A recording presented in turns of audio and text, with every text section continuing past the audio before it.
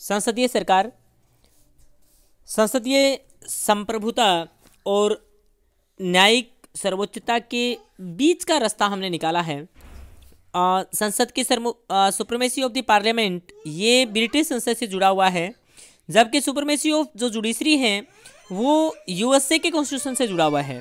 हमने इन दोनों के बीच का रास्ता निकाला है और हमने जहां पार्लियामेंट्री गवर्नमेंट सिस्टम को अपनाया है, जो हमारी कहीं ना कहीं संसदीय संप्रभुता का प्रतीक मानते हैं हम, लेकिन हमने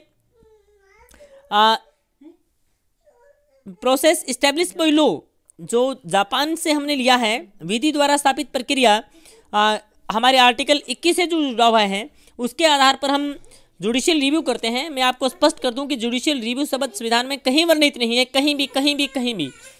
फिर भी हम आर्टिकल 13(2), हमारे आर्टिकल 32 और आर्टिकल 226 यहाँ हम अप्रत्यक्ष रूप से जुडिशियल रिव्यू के दर्शन करते हैं, लेकिन सीधा जुडिशियल रिव्यू शब्द और उसका वर्णन किसी भी आर्टिकल में नहीं है।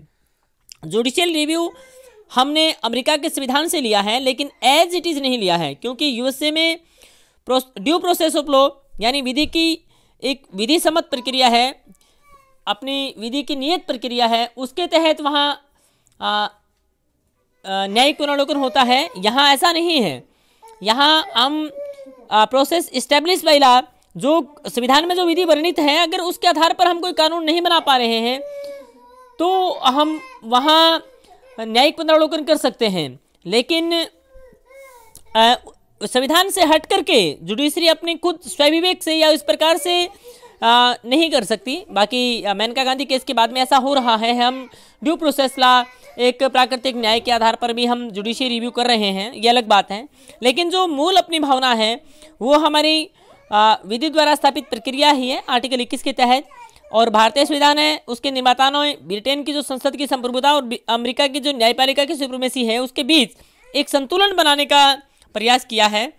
और इसीलिए हमारी जो न्यायपालिका है वो स्वतंत्र है और एकीकृत है, और इसे हम हमारी संविधान की रक्षक भी कहते हैं कि वो हमारे जो संविधान है उसकी अगर कोई उसके आधार पर नियम मेकिंग, रूल मेकिंग नहीं कर रहा है तो उसको रद्द भी कर सकती है। इस आधार पर वो हमारी कॉन्स्टिट्यूशन की गार्जियन है। और हमारी जो सर्वोच्च न्यायालय है, हमारी जो फेडरल कोर्ट जो है, हमारी सुप्रीमेसी, हमारा सुप्रीम कोर्ट है, वो हमारा सुप्रीम कोर्ट शीर्ष न्यायालय है और वो नागरिकों के जो मौलिक अधिकार हैं उनकी पूरी गारंटी देता है। वो किसी भी प्रकार से कहीं भी, हाँ हम डायरेक्ट सुप्रीम कोर्ट भी जा सकते हैं और हाई कोर्ट भी जा सकते हैं, लेकिन हाई कोर्ट में अगर हमें लगता है कि हमारा कोई सार निहित प्रश्न है या हमारे साथ न्याय नहीं हुआ है, मौलिक अधिकारों का उल्लंघन हो रहा है, तो हम सुप्रीम कोर्ट जा सकते हैं। और इस आधार पर सुप्रीम कोर्ट में हमारे जो नियम हैं उनकी हम रिव्यू भी कर सकते हैं वहाँ पे।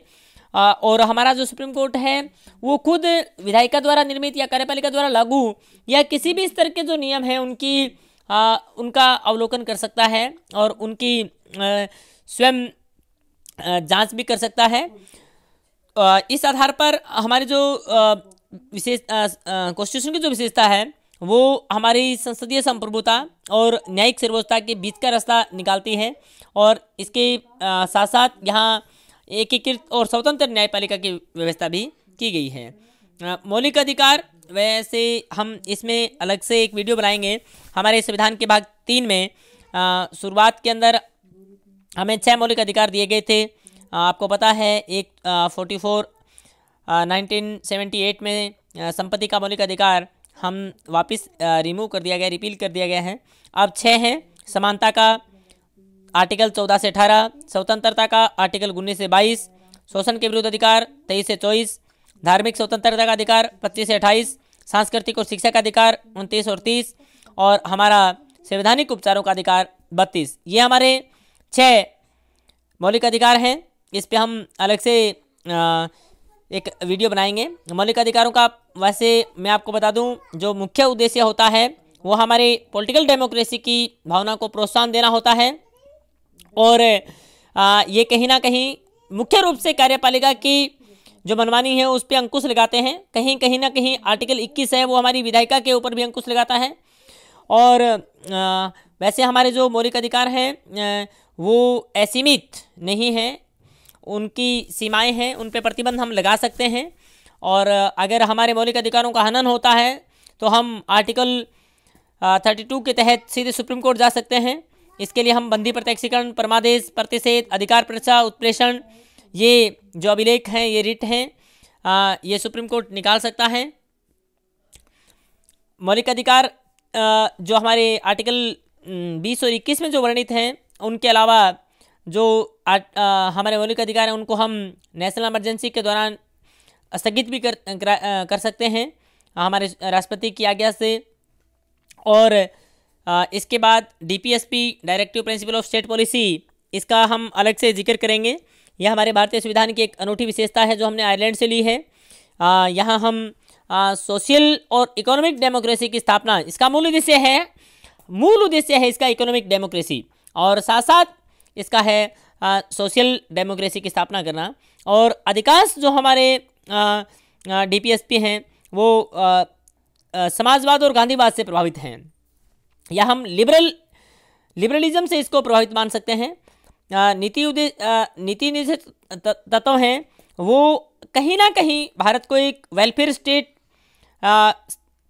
स्थापित करते हैं। अगर हमें पूछे कि कल्याणकारी राज्य है, उसकी सीधा जिक्र तो कहीं नहीं हुआ है कॉन्स्टिट्यूशन में, प्रस्तावना में इसकी दर्शन किए जा सकते हैं। मुख्य रूप से प्रस्तावना में जो वर्णित उद्देश्य हैं वो पूरे कहाँ होते हैं, वो हमारे डीपीएसपी में ही पूरे होते हैं, भाग 4 क में। तो इस पर मैं अलग से वीडियो बनाऊंगा। इसके अलावा कई बार ऐसा भी हुआ है कि हमारे जो फंडामेंटल राइट्स थे और हमारे डीपीएसपी थे उनमें विवाद भी होता रहा है, और वो समय समय पर आर्टिकल अपना कॉन्स्टिट्यूशन 24, 24वां, 25वां, ये खूब इसमें चर्चा में रहे हैं, 42वां, तो इनका अलग से जिक्र करेंगे। लेकिन मिनर्वा मिल जो एक केस हुआ था, वाद हुआ था सुप्रीम कोर्ट में 1980 में, वहाँ सुप्रीम कोर्ट ने कहा कि जो हमारे मौलिक अधिकार हैं और हमारे जो नीति निर्देशक तत्व हैं वो एक ही सिक्कों के दो पहलू हैं। इनमें कॉम्बिनेशन, उसमें कोऑर्डिनेशन, उनमें इसमें बैलेंस बहुत ज़रूरी है, संतुलन बहुत ज़रूरी है।